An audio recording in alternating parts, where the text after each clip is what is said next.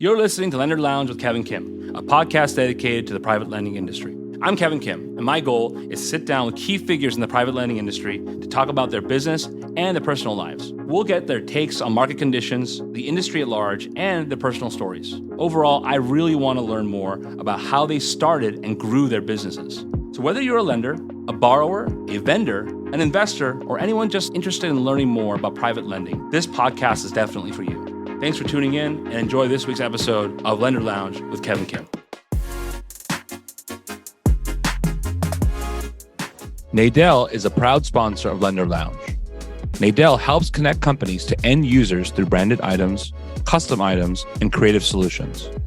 They have collaborated with established, globally known enterprises and the most exciting up-and-coming companies to create unparalleled branded experiences. With attention to the smallest details, Nadel helps you pursue your biggest goals. Their founder, Jack Nadel, first began creating branded merchandise in Culver City, California in 1953. With Nadel, products and experiences are transformed into memorable brand moments. For some, that means providing something immediately useful, like the perfect notepad or eco-friendly water bottle. For others, it's more intangible. They're creating something of sentimental value to take your breath away. Whatever you're looking for, Nadel can make it happen. Perfect for trade show giveaways, new hire gifts, awards, and more. For inquiries, please reach out to Ben Goldberg at ben.goldberg@nadel.com. Hey guys, this is Kevin Kim here for Lender Lounge with yours truly, Kevin Kim. We're here with a very special episode with our friends Alex and Beth. And for all our listeners, you may have seen them on the podcast circuit in real estate lately because they have recently released a very cool book. And so I'm not going to drone on about who you guys are and what you guys have been doing and how cool you are. I'll let you guys do that. So why don't you guys introduce yourself, the company, the book, and we'll go from there. So the book is called Lend2Live, Earn Hassle-Free Passive Income in Real Estate with Private Money Lending. And it all started with a dinosaur. So I'll punt it over to Alex to tell you about how she came up with this great idea to create a community to support small and truly independent private money lenders out there, because there just really wasn't a place for that. Mm-hmm. And I'll let her take it from here. Yeah. So during COVID, the world shut down, couldn't go out, couldn't socialize with people. I am married to an extreme introvert. So if I get 10 words out of him at once, that's like a really chatty Cathy day for him. Mm-hmm. So I went looking for other people to talk to that invested in real estate in this way. And I just could not find other people for discussion, to ask questions, the whole 9 yards. Right. And someone, just a friend of mine in the area, dared me to start a Facebook group. And I'm like, I'm a chemistry professor. I don't do this. Mm-hmm. And he's like, just do it. Oh, I did it. And then it literally just took off. I mean, the group's just a little over 2 years old now. And it just became a life of its own, and it became a place for people to come together. We've had borrowers meet lenders. We've had lenders meet business partners. We've had other people meet business partners in real estate. It's been just this amazing journey that I didn't think this was where it was going to go. I just wanted people to talk to during COVID about private lending. That's where I started the podcast. I was like, I'm kind of bored. Well, we weren't bored, but we wanted, so our audience can know what it is. What's the name of the Facebook group? The group is called Lend2Live Private Lending Lessons. Okay. So if you're listeners, if you're not on there already, get on there. I'm on there. It's great. So keep going. Sorry, I didn't mean to interrupt. So Beth and I actually met through the group. And I think like the first time we had actually like met in person, we were probably about halfway done, if not majorly done with the book, when I just flew to Seattle. And I'm like, hey, I'm your internet friend from Zoom. Really? I didn't know that. That's so cool. Yeah. Yeah. So we've only been in person, what, 3 times, 3 or 4 times because you're on the East Coast, right, Alex? Yes, I'm in Beth, Virginia. You're up in Washington, right? Yep, in Seattle. So yeah, cross country collaboration. Thanks to Facebook groups. That's very cool. And so it was just, it worked out kind of funny. It was always something like we were always getting asked by people, you know, what's a good book I can read about private lending? And my brain is like, there's just not really any good ones. There's nothing that's application, how to do this. And just one day I got stuck in a rainstorm on 301 in Maryland. I was going to visit more Zoom friends, and I was stuck in traffic, and like it just hit me. I'm like, this book is done. Like it's like it was already done in my brain. It just felt done. Right. And then I look over and I'm like right next to this like 25-foot dinosaur that exists on 301 in Maryland, and I love dinosaurs. And I'm like, oh, that's a sign. There's going to be a book. And I think I called her like on the way home from that trip. And I'm like, hey, do you want to do a book? And she's like, yeah, it's kind of funny. Well, we'll get around to doing that when things calm down. And then like 2 weeks later, I'm like, Beth, here's some stuff. Like, here's like 35,000 words. And she's like, what is this? I'm like, it's the book. And she's like, what? We're doing that? Yeah, never dare her, right? Because anytime anyone ever dares her to do something, she actually makes it come to fruition. I love that. So, I love that. There's so many stories in our amazing. industry like that. Hey, I bet you won't. And then all of a sudden, here we are. So, right. But so I want to understand your guys' background. You mentioned you're a chemistry professor by trade, Alex, but Beth, I mean, a lot of our industry people up in the Northwest know, the business, but I want you to introduce it. And so you guys are both private lenders, right? You guys are both in the industry. So give us a little bit of background about the business side and your involvement in the industry. I want to translate that into the book. Sure. So my company's Flynn Family Lending, Mm-hmm. and we operate, I call ourselves a money matchmaker, but really we kind of broker capital from ourselves and other capital partners, Mm-hmm. truly private individuals wanting Right. us to help with their origination and deal flow, Mm-hmm. and place them directly with borrowers in our region. And so Mm-hmm. that allows us the flexibility to do some creative financing that maybe other institutionally backed lenders can't. So Mm-hmm. seconds and cross collateralizations, things that get a little goofy, but still make sense, both Mm-hmm. to the borrower and the lender. Mm-hmm. And when I was growing our business with my husband, Matt Flynn, I was really in a hard place because I didn't have anybody else to talk to. I was a little Right. bit nervous about reaching out to my cohorts in my market because it is a competitive business, right? And so Right. I think I probably looked on Facebook and LinkedIn and searched for groups to participate in, which is where I found Jurassic and where I found Apple. Mm-hmm. But they were geared a little bit more towards your more institutional capital. Mm-hmm.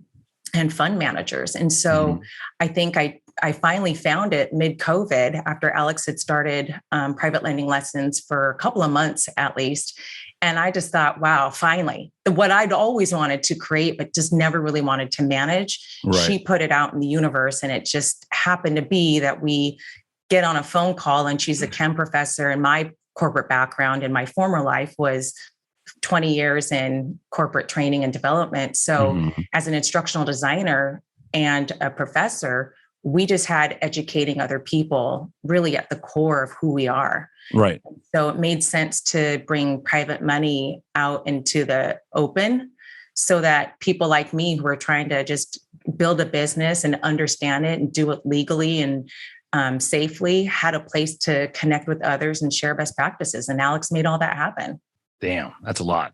That's really right? cool. That's so cool. I mean, it's just really just out of thin air. Something like this happens, but I needed it so bad. Just like poof, it appeared. And I remember during COVID, like Leslie's like, have you seen this Facebook group? I'm like, I've been in these LinkedIn groups forever, right? In private lending, and they've always just been just marketing materials. I'm like, okay, I get in there, and it's like, and it's people that I've been talking to privately because I do a lot of the consults with new lenders, right? And so I'm very passionate about new lenders and then helping them get in the space. But like, I'm an attorney. I can't do anything beyond the law. And so it's like, whoa, this is the best thing for the industry since the foundation of AAPL, because we didn't have anything back then. And now the problem, like you said, the problem is the disconnect because the industry's grown so much.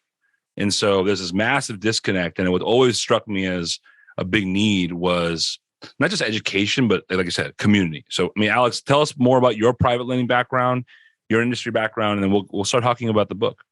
So I am a military spouse. We move a lot. And part of that is, you you have to kind of restart your life every time you move, like your Right. grocery store, your doctor's office, your vet, like everything just gets reset every time you move. Mhm. And so for me, employment has always been a problem. And it's still a very big problem for a lot of military spouses Sure. because we're either unemployed or underemployed. And Right. we are literally referred to as dependents, which drives me crazy. Mhm. So I had to find a way that I could still bring in income to my household, still contribute financially to my household, but a career was obviously not on my plate. It just wasn't Mhm. going to be possible moving as much as I was.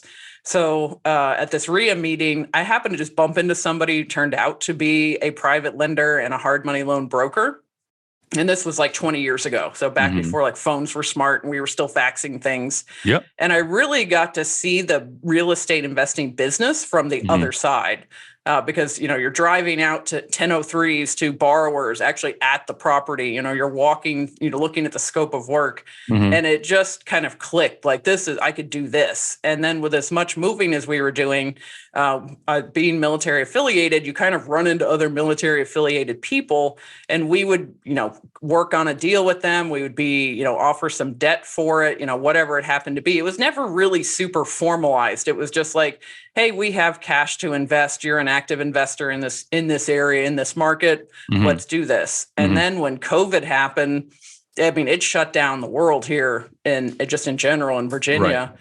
And a friend of mine from this real estate, military Venn diagram, he was actually going to lose out on a deal because his hard money lender shut their doors like 3 days before he was supposed to close.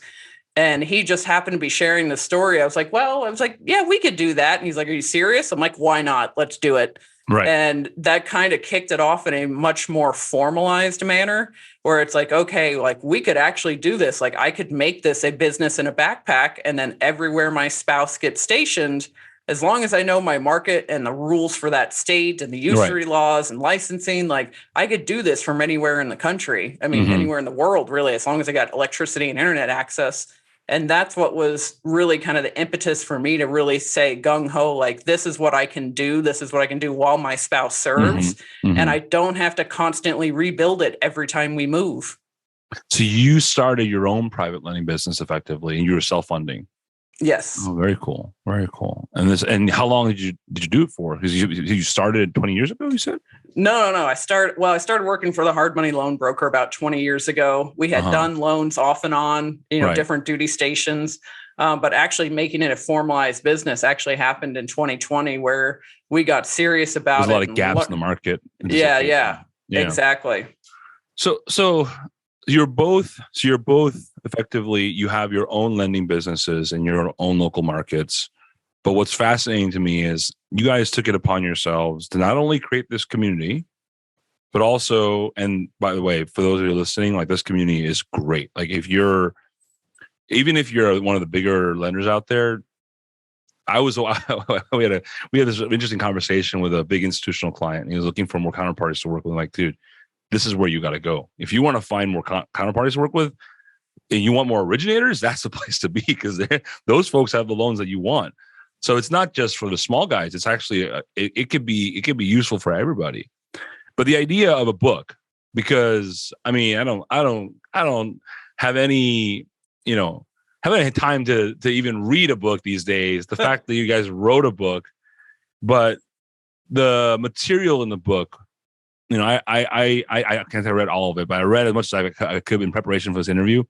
What was really interesting about this book is you kind of attacked it from two different ways. And I was interested to look at that because you had the perspective of the kind of the investor, right? Someone who's really just kind of looking to make a nice return, right? But you also looked at it from if I want to be a new lender, if I want to start figuring out how to do these kind of deals myself, you laid it out for them.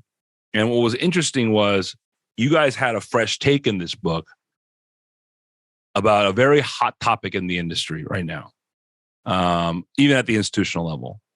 There's the lingo that we use, right? The phraseology, or I think Beth, you call it the taxonomy. That's the most apt word for this. The terminology in this space is never consistent, and I want to hear your guys' take on this before we get deeper in the book. Private lending, private money, hard money, And you guys differentiate this because in my brain, it's all kind of all the same.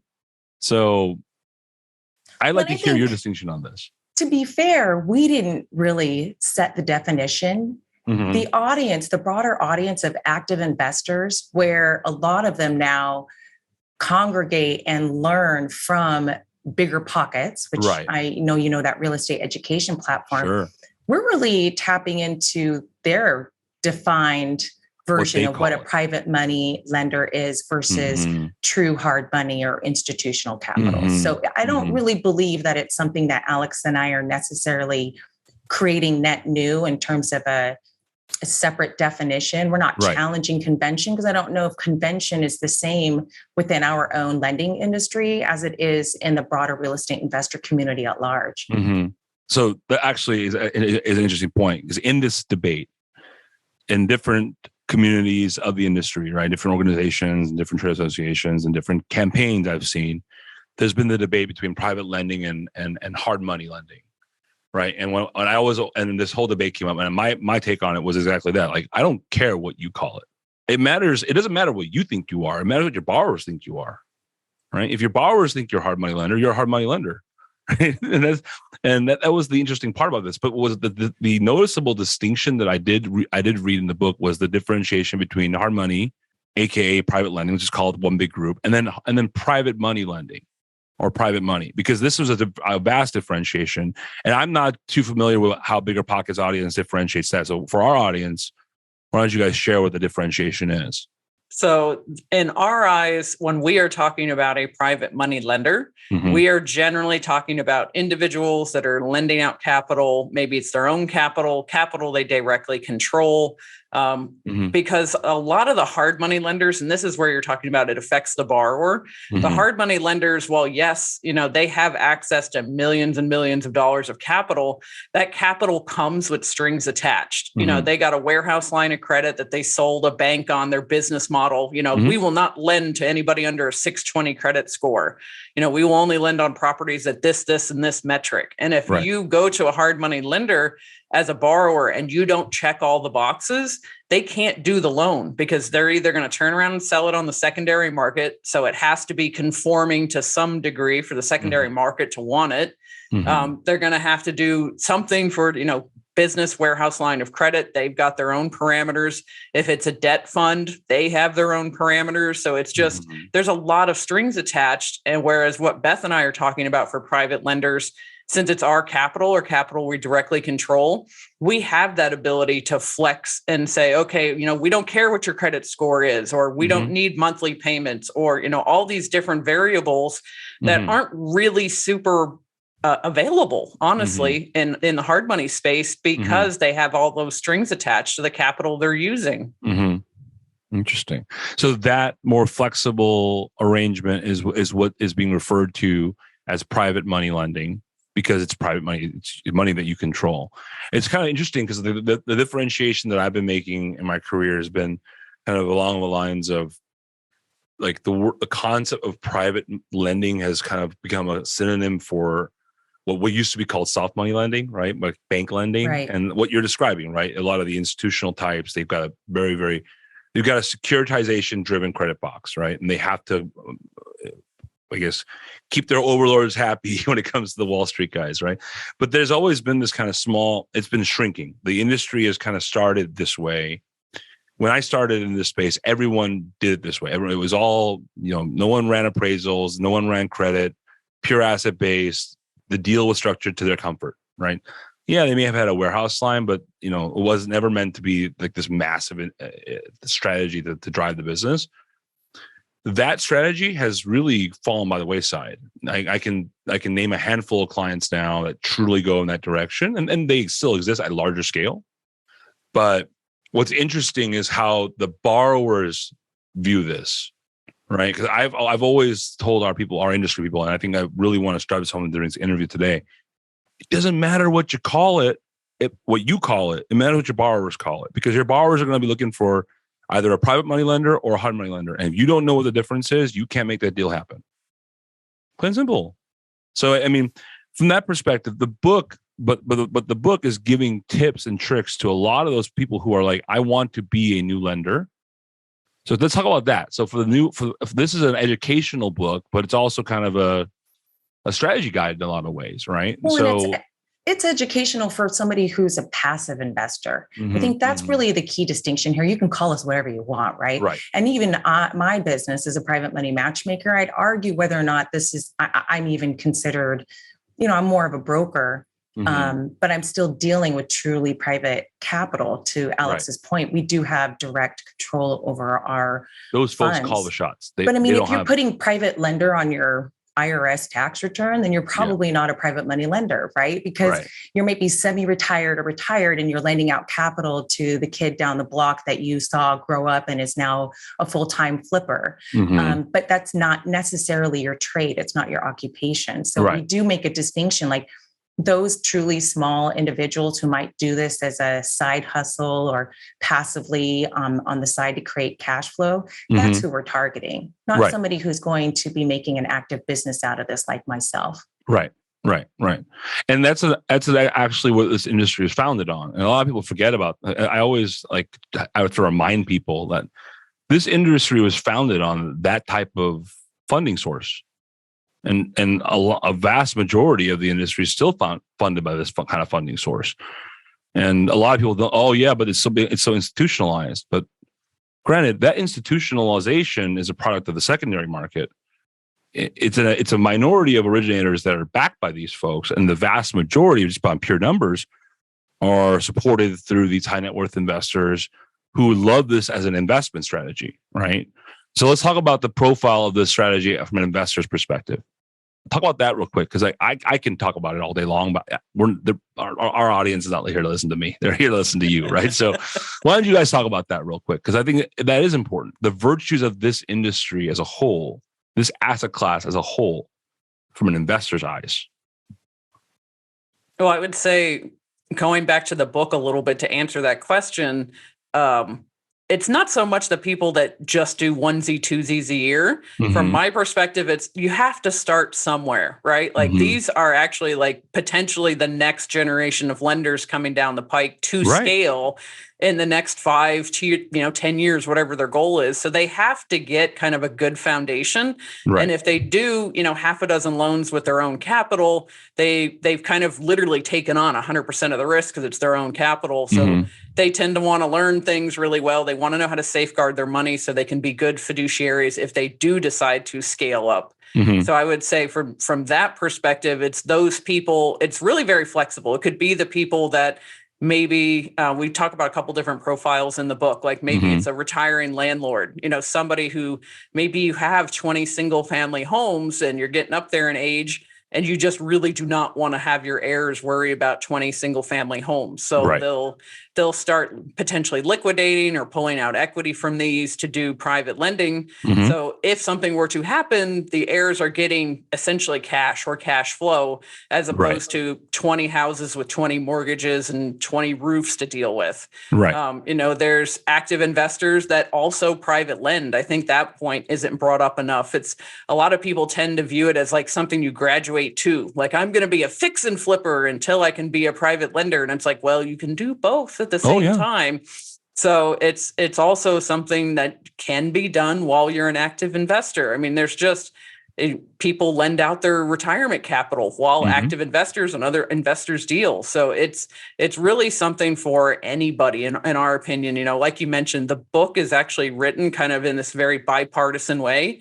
So if someone is an active investor, they can start cultivating their own capital and saying, hey, read this book. This is all the ways I'm going to safeguard your capital. Here you go. So it's actually meant to be a resource for active investors and passive investors. Right, but what I noticed was interesting was it didn't just extol the virtues, because extolling the virtues of this asset class as an investment has been done before from a book standpoint. I mean, Anthony wrote one, right, just purely from an investor perspective. But the fact of the matter is, like, showing them how to become a lender was the hard part. And kind of, let's talk about that real quick. So what are some key things that you guys discussed in this book to explain to them about jumping into this space now as you're doing these deals now? What are some of the things that they should look out for that you guys wish you guys had known before you wrote the book? Well, I think the first thing that we wanted to know is how to do it legally and safely, right? I mean, that's just at the very core is we just don't want to screw up because this is our hard-earned money. A lot of us aren't, we might be high income earners or we've saved every penny, or maybe we've rolled over a 401k that was legacy from a previous employer. But we know the returns. Everyone talks about the returns, but nobody says, how do you actually get this across the finish line? Right. And so we wanted to write a book that actually helped write it out in a very process-oriented format. Right. But knowing that it's not really like this checkoff list of things to do because it's such a highly nuanced industry. I mean, everything from vendors, systems, a lot of the systems, they can't even be hard coded because the way you do private lending is just, 100 different lenders will do it 100 different ways. So how can an origination software application actually suit everybody's needs? And so we wanted to present the contemplations that a lender needs to take on both sides, right? How do you underwrite the borrower? How do you underwrite the property? How do you take into consideration this overwhelming amount and wealth of information in front of you that you might not actually be able to do some critical thinking on some of those parts, right? Because we are lay people trying to make it happen. And there really wasn't a book out there to do that. And so we want to talk to people about how to build a virtual team using great attorneys, like your firm. And we do appreciate the shout out. I tell you that much. I really do appreciate the shout out. We were reading. I was like, oh, hey. Yeah, it was really. You guys have been a tremendous resource for me in building out my practice. Being able to have access to you and your team has been overwhelming. To be able to come and listen to your presentations at Captivate and Innovate and at the Apple conference have helped me. And you guys put out a ton of educational information that really truly is targeted at just the baseline foundation you need just to get started. Right. And so much of what we see out there is geared towards so much of that though. Yeah. Like when you're operating, there's so many little things that we can't touch, so what were some, I guess, misconceptions that a lot of your audience, like people that you gotten feedback on? Like, I hear a lot of this, and so what are some of the misconceptions that you guys kind of busted for a lot of your audience when they got the book, the hands of the book? Oh, I'm gonna say number one is that lending is risky. I get that a lot. And it's like, okay, well, yeah, it can be. I mean, driving can be risky. So, it's just a matter of what are you doing? Yeah. So I think one of the things I like about how the book was written is we weren't necessarily saying, don't do this and do this. Right. We were giving reasons like, hey, if you don't do this, here's a consideration on what could happen downstream. So they can make their own decisions because everybody's risk tolerance is going to be different. Everybody's goal is going to be different. So we really wanted to make it where we were able to convey the flexibility. So like Beth mentioned, it's not a checklist. It's not like, hey, what documents do I need to get from the borrower? Like, just give me the list. And I'm like, okay, well, that's great. But what are you going to do with all that information? It did raise more thought than anything else. Like you laid out options, which was nice. Because put lessons learned at the end of each chapter. So they understood what were the pros and the pitfalls of doing lending a certain way, or if you ignored a certain aspect of it, right? Because that's what I think people don't really understand is what is the risk and how do we mitigate as much of that risk as possible? Right. And what I did like was also you kind of had a general national kind of approach to it. We've seen a lot of people put out content for their kind of regional market, and it doesn't cover, like, for example, the simplest concept of judicial versus non-judicial. And so it was really refreshing to see that. And what I liked about it the most was, and you guys mentioned this early on, like right now, where the industry is at right now, we as also a content provider to the space, an educator to the space, we're concentrating on kind of the middle market, right? Because that's the largest segment of the market, right? And so while a lot of that stuff translates to a new lender, some of the real basic stuff is not being discussed because it's kind of like, well, we know who our audience is and we figure they've gotten there. But when I get on consult calls with a brand, I do at least like 3 times a week.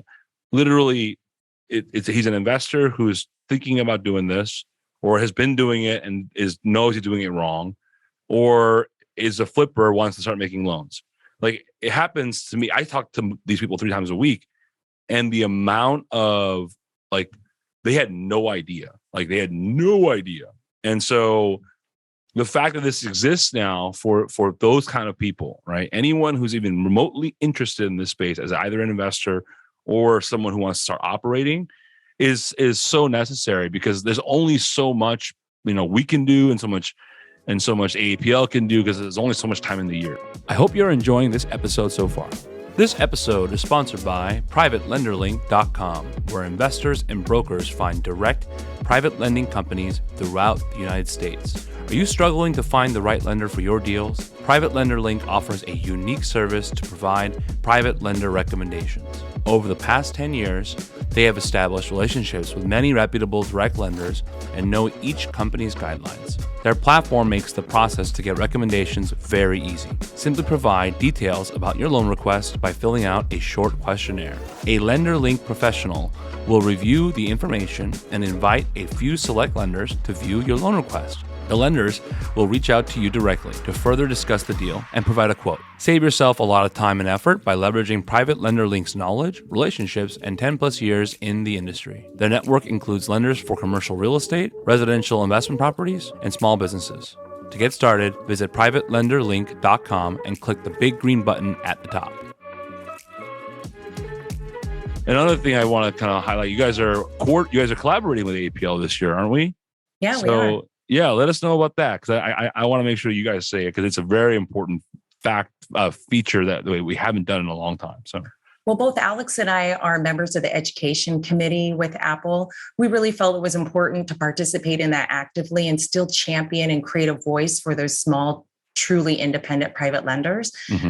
Because to your point, I feel like we have steered towards a more graduated level of private lending in the industry, where it's really predominantly more focused on commercial and larger loans and active business. And so we've worked with Apple to create a series of roundtable discussions on day 2. It'll be happening during the poker charity event, but we wanted to be able to establish a smaller community, a subset of Apple attendees and members, to be able to come together and really truly discuss things that are important to them at the stage that they're at. Right. So if you're new and aspiring, you can go and talk with somebody, and maybe somebody from Jurassi's there to help discuss just getting foundational awareness, legalities, compliance, all that stuff. But to Alex's point, there's quite a few that are learning to scale because they're private lenders that stood up in their local RIA meeting and they became the most popular person in the room because they had private money. And especially in, with the lender fragility that's in the marketplace right now, they're important. They're critical to a lot of real estate investors. That's the term, right? Lender fragility. That's a good term. It's better than volatility. I'll tell you that much. It's true. Yeah. It happened when COVID hit. My phones were ringing off the hook. Most of my lenders had stopped lending. My lender counterparts locally. Because, in the private money space, or in the active private money space, you've got local hard money lenders, and some of them were impacted because their levered funds were, they couldn't lend out of it anymore. And then you had regional lenders and national, which were completely contingent on the secondary market. And so it created a real good news story for private lenders like myself, because we could come in and close at the closing table in the 9th hour when their lenders backed out. And that's happening now too. Right. Beth to the rescue. Yeah, definitely. We've been putting out a lot of content on the idea of balance sheet, capital control, captive capital being kind of the blueprint in this space for longevity. But what's hard to understand by a lot of people is prove it. Right. A lot of these people don't believe it. Right. And so I kind of want you guys to give me some experience sharing about how you guys have been able to succeed when the market has been displaced like this, when the institutions are having trouble. Because honestly, from my perspective, it's rates are up, but the borrowers have been, my theory on this has always been the borrowers have been expecting it. They know it's coming, and they're concentrated on getting their deals done. They rather get their deal done than not. So, you could give me your experience, share on this one, guys, because I think a lot of people don't believe me when I say it, because I'm not a lender myself, right? I think a lot of borrowers expected it, those that are experienced and those that had been investing prior to 2008, the ones that squabble over a 5% interest rate. Well, they clearly haven't been taking out loans in the 80s, 90s, or early 2000s, because that was kind of the running interest rate. And so for us always too, as private lenders, what we're hearing, we always commanded higher rates, right? We did things that maybe other lenders wouldn't do. And so people who wanted and needed to work with truly private capital because they knew that we could get across the finish line, they were willing to pay that higher interest rate. And maybe they didn't even have to pay points. With a lot of the smaller, private lenders, they're not maybe charging that much in points or points at all. And they just want the passive interest rate. Right. And the flexibility. The key right there. You just said it, right? It's that the ability to execute matters more than anything else to a lot of these borrowers. Right. My talk track always, when I get people out rate shopping me, is, you can go to that national hard money or private money lender. Now, whether or not they can perform for you is questionable, right? We know that happened in March of 2020. We know that it's starting to happen now in the last few months.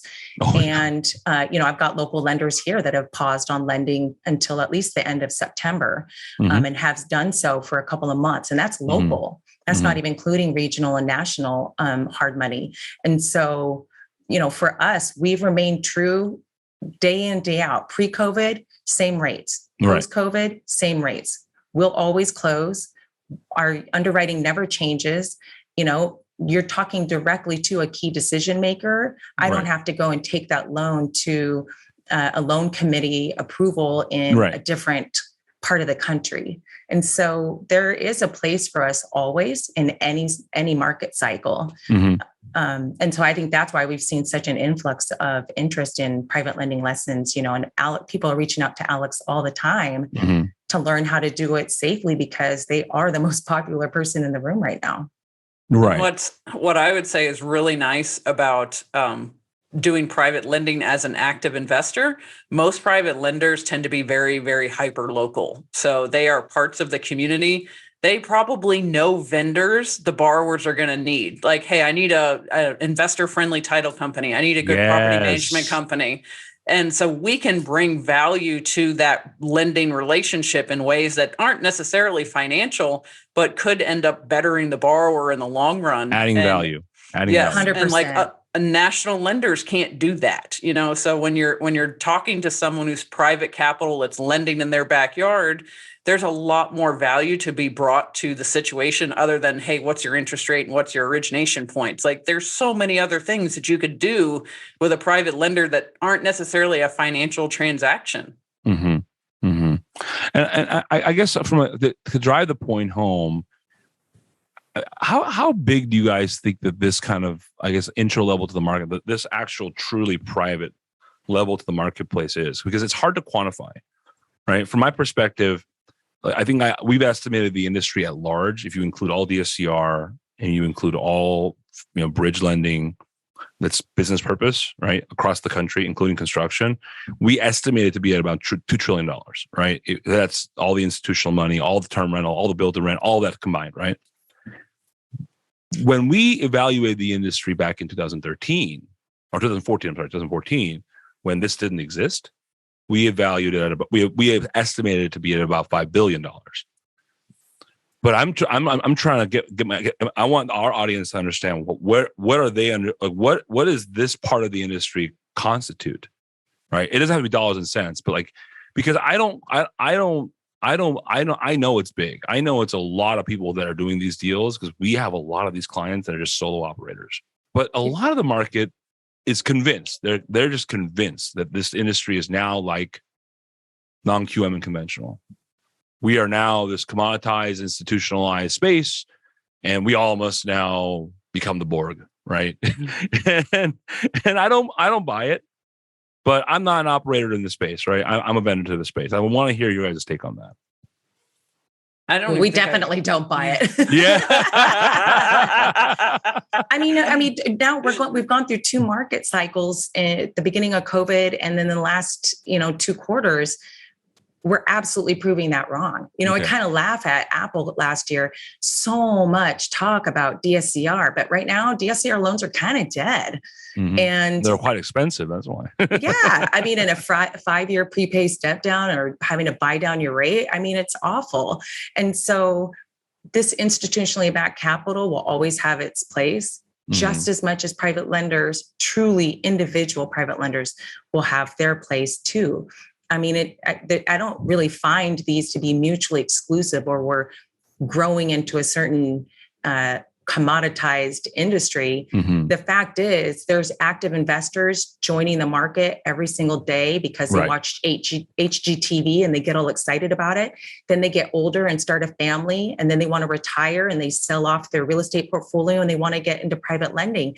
This isn't just ever, a stopping point. This is a transition that will carry forward from generation to generation. It just doesn't represent a large amount of the capital in our industry. Well, I would beg to differ, because the issue with the large amount of capital, people forget how big some of these funds are that are actually just backed purely by high net worth investors, and their business model is 100% true. How you guys call it, private money lending, because they don't do any. They are very flexible. They don't do appraisal. They don't run credit. They have their own credit box and they stick to it, right? And there's still a good amount of those kind of lenders out there. What's really weird is that the industry doesn't know about them that much anymore, because they're not these big national shops. They don't have these giant marketing budgets, right? So, but some of these clients of ours have been reaching numbers of the volume of in the billions. And that makes me scratch my head, because I know that they probably have a combination of institutional partners as well. But if you look at pure capital driven origination, it still has to be in the hundreds of millions of dollars, if not in the billions. And so, I think a lot of our industry, people, thought leaders and people, and influencers in the space think, oh, this is where it's headed. But you're right, Beth. I mean, this cycle is proving the thesis, right? And I like to ask you guys what your guys' take on this is. And I always talk about this a lot during panels and webinars, is the blueprint of a successful private lending business. What do you guys think that is? Oh, I'm going to go with 100% a very relationship-based model. Like Beth and I like to talk back and forth about the jockey versus the horse. But private lending is very much, in my opinion, a relationship-based model. So I'm going to know who my borrowers are personally. I'm going to know other people in the market that they've done business with, and it's very similar in Beth's market, where, a lot of people know her in her given market because she's part of that community. People have developed relationships. And that, in my eyes, doesn't seem to exist very much in the hard money space. It's very transactional. It's like, hey, what are your rates? What are your fees? It's lost a whole lot of that. And I think more active investors are looking more for that personal touch, because they love the idea of being able to text a private lender an address and a closing date and how much they need, and potentially a private lender getting back to them in a couple hours and say, sure, let's go. We actually know people in our network that's how they operate. That's how borrowers submit information to them, because they built such a strong relationship with their borrowers that, you're not going to be able to do that with a national shop. Right. So implicitly then it means that either, a handful of states at most, right? And that's your market. And you better have boots on the ground. You better have a team that can do that for your borrowing clients, or just concentrate on your local market. And I think that's we saw a huge expansion to multi-state lending starting in 2016. And that kind of triggered the institutionalization of the space. Oh, well, there's actually some scale to the space. That's what Wall Street realized. But a lot of the success stories that we've been hearing lately have been with folks that are like that. Right, they're lending in 1, 2, maybe 3 markets, right? Maybe 2 states at most, but they're doing very well. They're weathering every single storm that's being thrown at them, and so. Well, we're easier to work with. We have less requirements. During the times of rate compression, of course, it was a little bit more difficult for us to justify ourselves, right? Sure. But those days are gone. And so now when you have the disparity between institutionally backed private money and truly private individual capital like us and some funds, then that's kind of a no-brainer choice, right? Because you only have to have one bad experience where you're left. I mean, I can't tell you how many people called us where their deals and their non-refundable earnest money was at risk because their lender just backed out. Yeah. Left And the altar so many times. So many times. Or they were promised, 95% loan to cost, 90% loan to cost. Yeah. And then all of a sudden in the 9th hour, the underwriter comes back and says, I'm sorry, you're going to need to put 15 to 20% down. That's a huge change, and so maybe things don't change a whole lot in the commercial asset class base. But when you're talking about resi private lending, it absolutely has kind of flattened the competition here. We're just looking that much better because we've remained the same. We've been able to perform. Mm-hmm. Our rates and terms haven't really adjusted very much because we were never trying to lower them. My investors don't want lower interest rates, right? They hated the rate. How is your volume? Actually, let's talk about how much. How like, you don't have to give me numbers, but you can kind of give me general, like, I guess on feel. How much has your volume increased since this recent lender fragility, as you call it, right? as a lot of these national shops have been struggling to perform. How much has your business grown, actually? Well, I guess since COVID, it's tripled. And it's still just right there in the Washington area. Are you guys starting to expand? No, we're not looking to expand. We do some cross collateralizations where we help them take down properties in other states, but it's really dependent on my capital partners' comfort level and legalities. Of course, too, licensing and legalities, right? Yeah. I mean, I didn't have to do a whole lot of advertising and marketing wise when COVID hit to really shore up who we were and what our core value was. We're never going to be the Walmart out there. I will not compete with single digit rates. And I hope you can make good on that LOI from your lender. I hope they follow through because I never want to pay more than I have to either. But if and when they can't perform for you in the way that they need to, then we'll always be there. Right. And I think that's a segment of the market that is oftentimes undervalued. And I think that a lot of people are opening their eyes to it. We're starting to see some interesting conversations and asks from some of these institutional shops, and they're starting to kind of realize maybe a smaller operation, or maybe a fund, or maybe something that they can kind of keep themselves in a much more long-lasting position, right? It's definitely more sustainable, right? That's why we always call ourselves a little lender that could. I don't want to get too big because then I still can't perform at the same level, right? In the same business model that has helped us get to where we are today. Right, so. Exactly. And a lot of people, in this market who are so institutionally dependent, kind of forget that that market, it's not what you think it is. It's really an amalgamation of maybe 3 or 4 institutions that buy this stuff on volume. And at the end of the day, none of this is government backed. And so you really don't have, because a lot of these folks come from the conventional markets, right? Oh yeah, it'd be fine. Look at Fannie Freddie. There's no Fannie Freddie in this space, guys. So I always kind of I've always scratched my head, and I never understood it, but I'm biased because I draw up funds for a living, right? So I'm biased, but still, it's so refreshing to see it, and I'm really happy that you guys spent the time and energy to really kind of encourage and excite the new lender jumping into the space.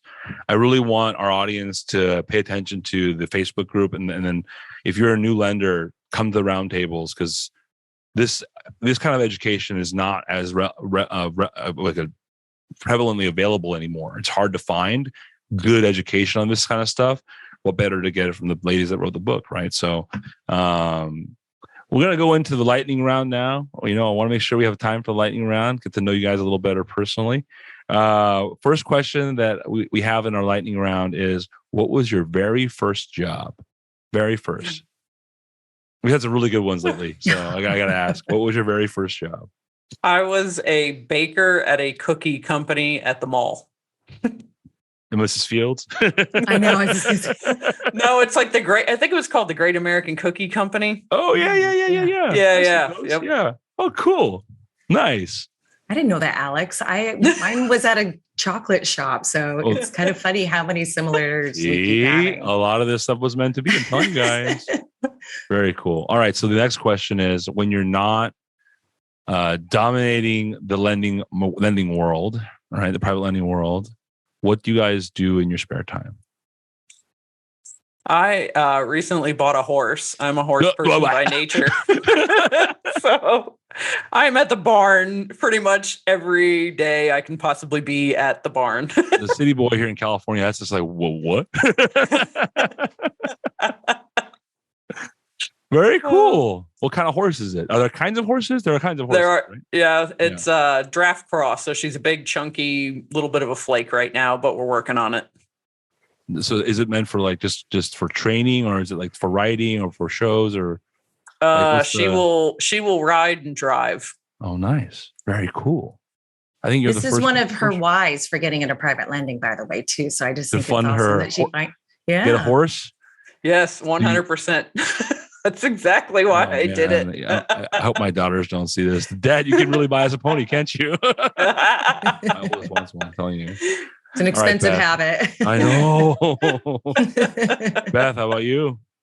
I am a mother of 3. So we have a blended family of 5, and we like to travel a lot. I bought a second home in the suburbs of Vegas last year so that we could spend some downtime there. My husband and I like playing poker and running, although we don't do quite as much of those lately. We've been kind of busy. So. Oh, that poker tournament, man. If we have to. Well, I can't do it because I'm going to be hosting roundtables instead, which is way more important. So I'm sure I'll get some poker in. The rest of the players are glad you're not going to be coming in and winning everything. So this is more of a business question for you guys. So what is one business tool that you cannot live without? Oh, for me, I'd say social media. Okay. Oh, that's a good one. Expand. Just being able to kind of put yourself out there as to what you're doing, why you're doing it, who you're doing it with, where you're doing it. I think it's just, there's a lot of people, think about people bored scrolling on their lunch break. They want to be somewhere else other than their job. Well, they're going to go on to some sort of social media and consume some sort of information on there. And that's honestly where I got my start, meeting other people in this space. Right. It's really good, Alex. You're right. Because I think what she and I do so well together is adding value and leading with that first. Mm-hmm. And so it gains people's buy-in, and Facebook has actually it's probably contributed about 70 to 80% of my business from the borrower side. It's also brought investors to me, not because I'm actively promoting or going and putting out ads. I don't pay $1. Mm-hmm. I just write blog posts and I go and comment for people and provide value. Alex has done so much education, one-on-one, taking phone calls, text exchanges, posting and commenting, especially through private lending lessons, and given so much value to other people in return. And that creates stickiness. Oh, yeah. I remember I could not, there have been so many great exchanges on there. And I watch it every night now because Nima and I are on there every night because there's some really good questions on there. Like, whoa, these are good. These are actually awesome. They're thought provoking, right? They're really thoughtful questions. It's not just like, hey, I need a good title company. Like that. It's like really interesting questions that if you weren't being creative, you wouldn't be thinking about it this way. And so, and also just some really good questions for the audience because they're oftentimes overlooked. Like last night, there was that note investment. A question when does a note become a security? Basically, thank you. You didn't just assume that it wasn't, so right. It was great. It was great, and I love that about these kind of communities because they're not scared to ask the questions. And that's what the problem right now is in our space is a lot of people are kind of scared because they don't want to look stupid. But it's okay, just ask the question and. No one's going to judge you. Just ask, and you can insert here's what I think about the situation. Am I wrong, or however you want to do it? And I see people do that, and it's great. And there's no I don't see any flaming. I don't see any what we call it shit talking on there. It's been great, and I was expecting a lot of flaming on there because to be honest with you, because how it can be on social media. Well, every private lender wants to think that the way that they're doing it is right. But I love that creative banter that I call it, discourse, creative discourse, because that's what shapes your perspective, right? A lot of good energy. As new lenders, we have no perspective. Right. So we can only lean on what other people have done, the mistakes they've made, or the the contemplations that they've taken into consideration. So right. And that's why this I've had some exchanges on there that were like really, really advanced level stuff. Like this is stuff that like, you know, on the highest level funds that we work on, we're doing, you know, offshore blockers and withholding and very complex tax issues. And I was like, wow, these really, like, they're really asking very good questions on here. And I love I love the fact that people aren't flaming each other, not trolling each other. It's very productive and it's very cohesive while still being quite active, which is really rare to see, because you see a lot of, I guess you can call it trolls on a lot of different forums. So, well, I think you see how hungry people are, the appetite they have for private lending education, right? Because it just never existed before Alex created the book. Right. Which, by the way, I'll say that my business tool that I can't live without is partnership. Being able to partner with somebody like Alex, and I think that this is probably true for a lot of private lenders out there that are getting started.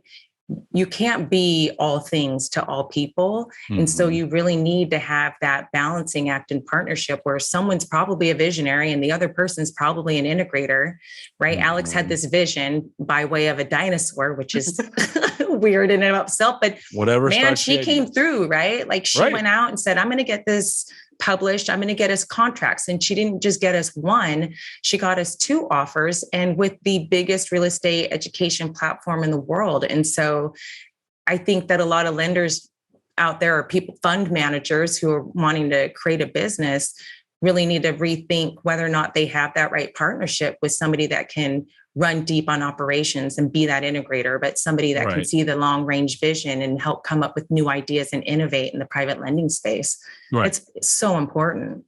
And there's so many different types of partnerships, you know, and you need to have those key relationships in the space. And I see a lot of people that like, I mean, I see this all the time. Nima and I joke about it. Like, that guy, just smartest guy in the room, right? He has to be the smartest guy in the room. And it just puts everyone off. Like, you're not winning yourself any favors running things like that, because if you collaborate with the guy sitting next to you, you never know what opportunity may come your way. But yet you had to let your ego do the talking, and you never know what kind of partnership you could have created, right? And I think it's a boy thing. These boys are they're bad. They don't always listen. They think they're the best. I'm so happy you said that. And not it is. Yeah. It really is. She and I say that all the time, so because we have no ego. It's an ego thing, right? And I mean, shout out to Ruby for setting up women in private lending, because like I think it's one of the best things ever, because like this industry could use a little bit of like putting ego aside.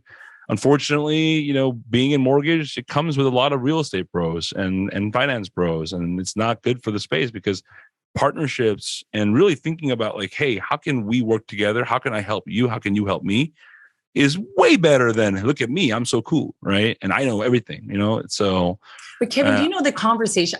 Women in private lending is such a great group. And I went to that first luncheon last year at Apple, and we didn't start conversations about what asset class you lend in. We talked about impending wedding nuptials with Dana and raising small children with Christina and Kendra. And that's how women lead in. Right. Because people don't care about what you know until they know that you care. But I think in a male-dominated industry, it ends up becoming a peacock syndrome issue, where everyone just wants to talk about who's bigger and better and their assets under management. But then for smaller lenders like myself, who don't have any desire to really scale significantly, and for women who are trying to just struggle to run a business or manage careers while we are raising children, we bring something completely different to the space, a totally different tone to the topic. And I think the dynamic that's been produced from it has been really nice, because a lot of times it's been very productive for the industry, because it's starting this conversation and we're trying to talk about it, and people are realizing like there's a lot of value in something like this beyond just networking. It allows for a deeper kind of, I guess, investment in the industry, because like you said, I mean, a lot of times you're going to have these, I like to call them real estate bros, in their blue suits and brown shoes, even though I wear a blue suit and brown shoes, you know, peacocking around. And We see that every day. It doesn't help. It's not moving the industry forward, because we want to invite everyone to the industry. We want every active investor who wants to start becoming a private lender of all shapes and sizes to the space. Well, we have to be able to invite them. We can't put them off, right? It's usually one of the first 3 questions I get asked is how much I fund annually. I can't tell you how much. What's your volume? What's your volume? What's your volume? Yes, Where do you lend? I can't stand that. Yeah. No, yeah, it's cut to the chase type, sales tactics, and it's out there. And I think that a lot has been lost in this space about relationship building. When the industry was a lot smaller, it wasn't like that. And I think that, the fact is that we're growing and the industry is growing, and there's positives and negatives that come with that. And I like the fact that we're concentrating on the relationships and the partnerships. I think that's going to take us further as a whole. And I really appreciate you guys like getting involved the way you have, because you didn't have to. Like, you really didn't have to. You could have concentrated on what you're doing and, let everyone else kind of figure it out. But, thankfully this investment has reaped dividends for both your business and you guys. So I'm really, really glad you guys did it. One thing, I guess the last question for you guys is what's next? What's next for you guys? What's next for you guys in the incoming year? Is it another book? Is it a book tour? You gonna see a TV show? What's going on? I had someone joke around about a TV show, and they're like, coming up next, extreme signers. And I'm like, nobody's going to make a TV show about private lending. You'd be surprised. I have reviewed contracts for clients doing spots on HGTV. You'd be surprised. I'm telling you. Oh my God. So yeah, I would love to have extreme signers. That'd be fun, because my husband would be such TV gold. Oh It'd be God. Amazing. It would be fun. He'd make it amazing. It's worth a look. Well, if Alex has her way, we'll end up on TV someday. There are talks about another book. We're in discussions about some training content out there. Cool. We're going to be doing some speaking engagements at Bigger Pockets annual conference here in October. The one in San Diego? Yeah. Yeah. A lot of folks don't know about that. So we're going to be popping in for that. Oh, you are? This is good, because we're delivering a conference. 90-minute presentation, and you were kind of on our minds to. Well, there you go. Maybe bring into the. Yeah, I wanted to go down for that one, because I couldn't go last year because it's in New Orleans and it's just too hard to get there. But being in San Diego, I have no excuse, and it's a great place for because they're really understanding now that private lending is something that their audience wants to know more about. So. It's worth the investment in time. And but the next thing on the radar is going to be the Bigger Pocket speaking engagement. That's great. Hopefully a TV show. Hopefully another book. For what I want everyone to know about is that the roundtables are really a big thing where I'm super excited for them, because this is what I've always dreamed of for AAPL, to give really good opportunity for new lenders beyond just what us attorneys can provide. So it's awesome that we're doing that. We're going to have it catered to 4 different groups too: new and aspiring, those that are established, just want to stabilize and streamline, right? And those that want to scale, and those that are managing funds. I mean, they all bring very different, unique challenges and current issues and trends to overcome. And so we'll have 4 separate groups associated with that. Even better, right? Yeah. So for our listeners out there, if you aren't already signed up for the AAPL conference coming up in October, you better sign up, and we'll all be there. And you got to make sure you go, because it's the biggest industry event for the year. But this year is going to be extra special with all these roundtables. So please join us there. And I think we can sign off with that note. Once again, I want to thank everyone for listening. Alex, Beth, thank you for joining us on the show. And we'll see you guys in person at AAPL, and it'll be a fun time. So for those of you listening, this is Kevin Kim for Lender Lounge with Kevin Kim. Thank you very much. Thanks for listening to Lender Lounge with Kevin Kim. I hope you enjoyed this episode as much as I did.